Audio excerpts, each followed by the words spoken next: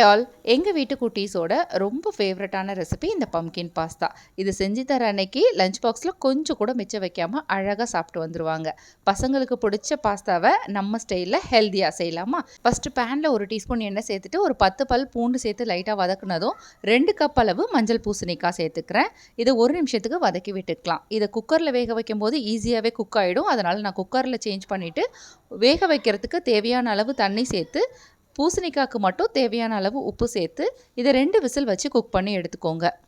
2 விசில்லையே பூசணிக்காய் நல்லா வெந்துடும். இதை அப்படியே ஆற விட்டுடுங்க. இப்போ பாஸ்தா குக் பண்ணுறதுக்கு தாராளமாக தண்ணி சேர்த்துட்டு தண்ணி நல்லா கொதித்ததும் தேவையான அளவு உப்பு, கொஞ்சம் எண்ணெய் சேர்த்துட்டு இது கூட 2 கப் அளவு பாஸ்தா சேர்த்துக்கிறேன். நல்லா கலந்து விட்டதுக்கப்புறம் இதை அப்படியே க்ளோஸ் பண்ணி ஒரு 10 நிமிஷத்துக்கு மீடியம் ஃப்ளேமில் குக் பண்ணிக்கோங்க. பாஸ்தா வேகிறதுக்குள்ளே பூசணிக்காவும் அரைடிச்சு இதை மிக்ஸி ஜாரில் மாற்றிட்டு நம்ம பூசணிக்காய் வேக வச்ச தண்ணியவே சேர்த்து நல்லா இந்த மாதிரி பேஸ்ட்டாக அரைச்சி வச்சுக்கோங்க.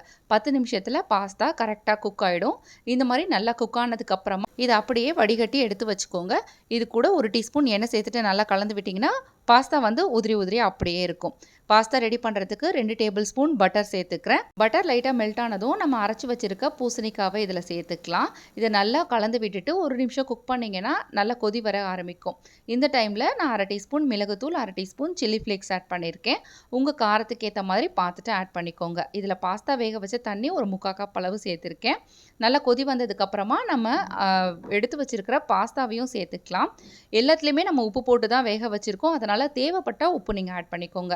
நல்லா கலந்து விட்டுட்டு ஒரு 5 நிமிஷம் க்ளோஸ் பண்ணி குக் பண்ணிங்கன்னா பாஸ்தா இந்த மசாலாவோட நல்லா பிளெண்ட் ஆகிட்டு உங்களுக்கு நல்ல க்ரீமியாக கிடைக்கும். ஃபைனலாக நான் இதில் ஒரு சீஸ் ஸ்லைஸ் ஆட் பண்ணியிருக்கேன்.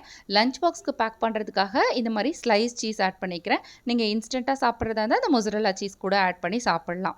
அவ்வளோதான். நல்லா மிக்ஸ் பண்ணி விட்டிங்கன்னா சூப்பர் டேஸ்டியாக ஹெல்த்தியாக பம்கின் பாஸ்தா ரெடி. நீங்களும் இதே மெத்தடில் ட்ரை பண்ணி பாருங்கள். ரொம்பவே டேஸ்டியாக இருக்கும். குட்டீஸ்க்கு ரொம்ப பிடிக்கும்.